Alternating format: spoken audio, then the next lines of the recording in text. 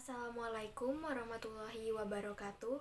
Hai teman-teman, kembali lagi dengan saya Aulia Safitri dengan nomor induk mahasiswa 20050760010. Saya dari program studi Pendidikan Bahasa Sastra Indonesia dan Daerah angkatan tahun 2020 Universitas Mula Warman. Di kesempatan kali ini saya akan mereview materi oleh kelompok 2 Sejarah Sastra yang dipresentasikan kemarin dengan materi Sejarah Sastra pada periode 1900 sampai dengan 1933.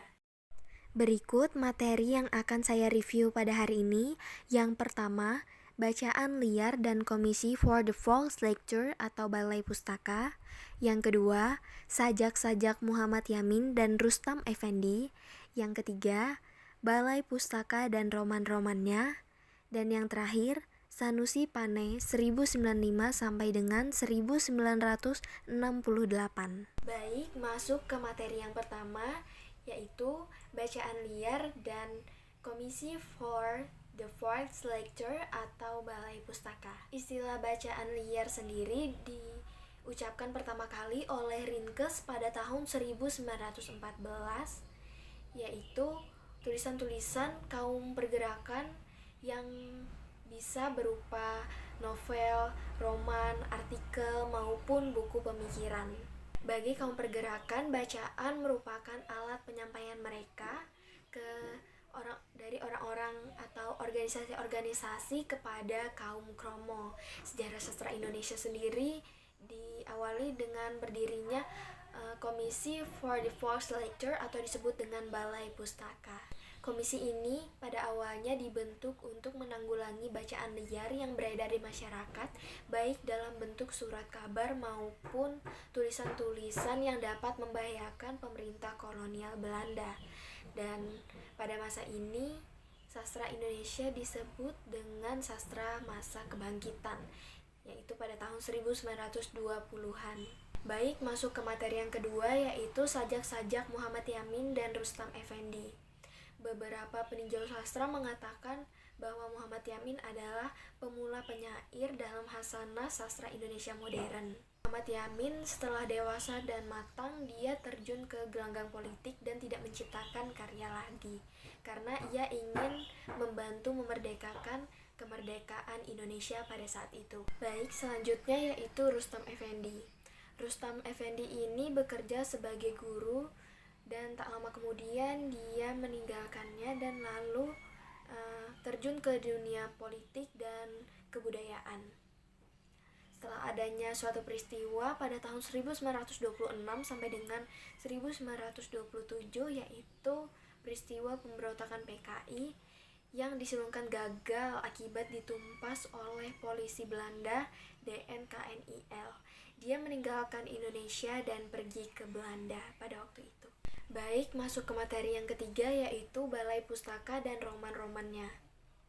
Roman Azab dan Sengsara Buah Tangan Merari Siregar merupakan kritik secara tidak langsung kepada berbagai adat dan kebiasaan buruk kuno yang tidak lagi sesuai dengan zaman modern.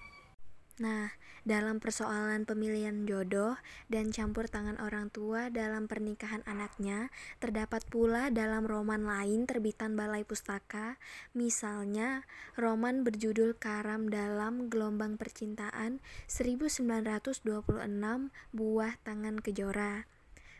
Kemudian ada Pertemuan 1927 Buah Tangan Abbas Sutan Pamuncak. Selanjutnya ada Salah Satu Pilih 1928 karangan Nur Sultan Iskandar. Dan berikutnya Cinta Yang Membawa Maut 1926 karangan Abdul Ager dan Nursinah Iskandar. Yang menjadi masalahnya bagi pengarang aktif dalam pergerakan kebangsaan Indis Partis pada tahun kebelasan adalah akibat-akibat lebih jauh dari pertemuan kebudayaan Eropa yang masuk ke dalam tubuh anak-anak bangsanya melalui pendidikan kolonial Belanda. Baik, masuk ke materi yang terakhir, yaitu Sanusi Pane 1095 sampai dengan 1968. Sanusi Pane ini merupakan sastra Indonesia yang berada di angkatan Pujangga Baru.